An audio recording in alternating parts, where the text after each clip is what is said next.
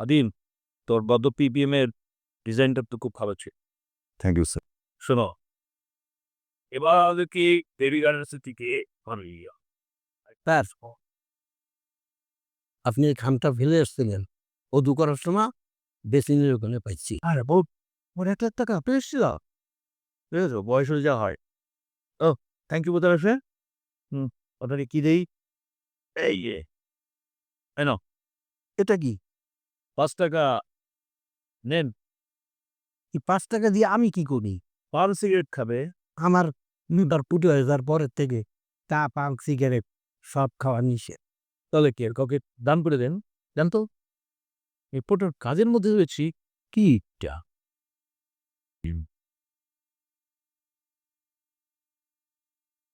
একটু বলে গেল।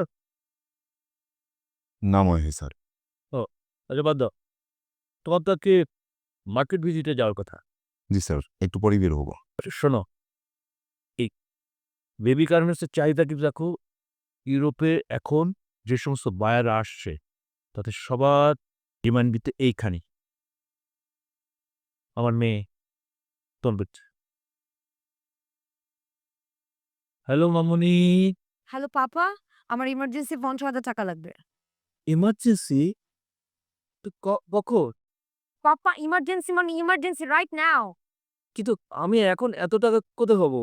পাপা 50,000 টাকা চাইছে। কত টাকা চাইলা? ও, তুমি টাকাটা দিতে চাচ্ছ না এই তো? আরে বাবা, আমি কি বলেছি যে আমি টাকা দেবো না? তুমি এখন আছো কোথায়? আমি এখন আমার ফ্রেন্ডের সাথে রেস্টুরেন্টে আসছি। ও, পাপা আমি জানি তুমি এখন আমতা আমতা করবে, আমি তোমাকে অ্যাড্রেস পাঠিয়ে দিচ্ছি, তুমি কাউকে দিয়ে টাকাটা পাঠিয়ে দাও। আচ্ছা ঠিক আছে, হেডডোসকা পাঠাও। রাখ।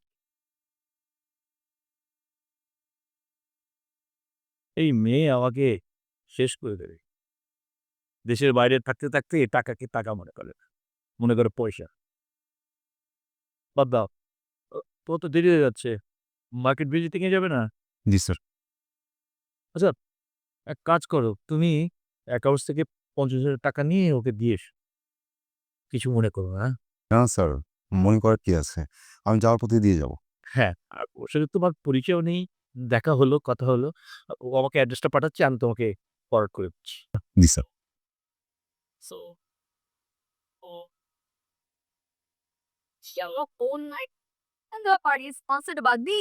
না না আসে আমি বাইরে থাকতে পারো। এক্সকিউজ মি, অর্পা যেটা বলে সেটাই। এক্সকিউজ মি, ইয়েস আপনি অর্পা?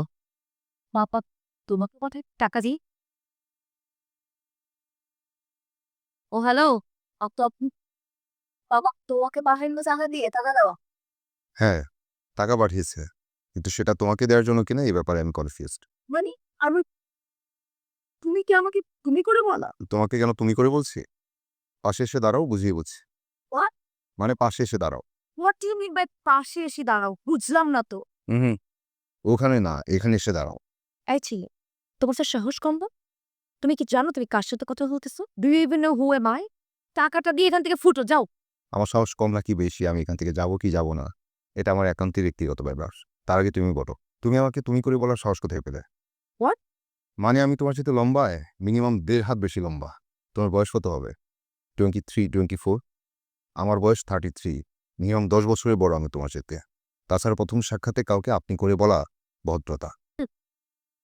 মানে আমার পাপার অফিসে যে 2 টাকা বেতনের চাকরি করে, তার কাছ থেকে আমাকে ভদ্রতা শিখতে হবে। Correction please. আমি তোমার বাবার কর্মচারী, তোমার কর্মচারী না। So do respect. If I don't respect তাহলে কি হবে? কানে নিচে একটা মারবো না। রেসপেক্ট করতে হয়, সারা জীবন মনে থাকবে।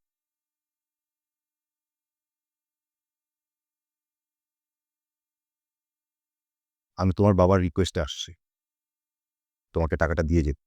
বাট সরি, টাকাটা দিতে পারলাম না। তোমার বাবার কাছ থেকে গিয়ে নিয়ে আসো। এই ছেলে, আই তোর বলবে না টাকা দিয়ে দাও বলছি।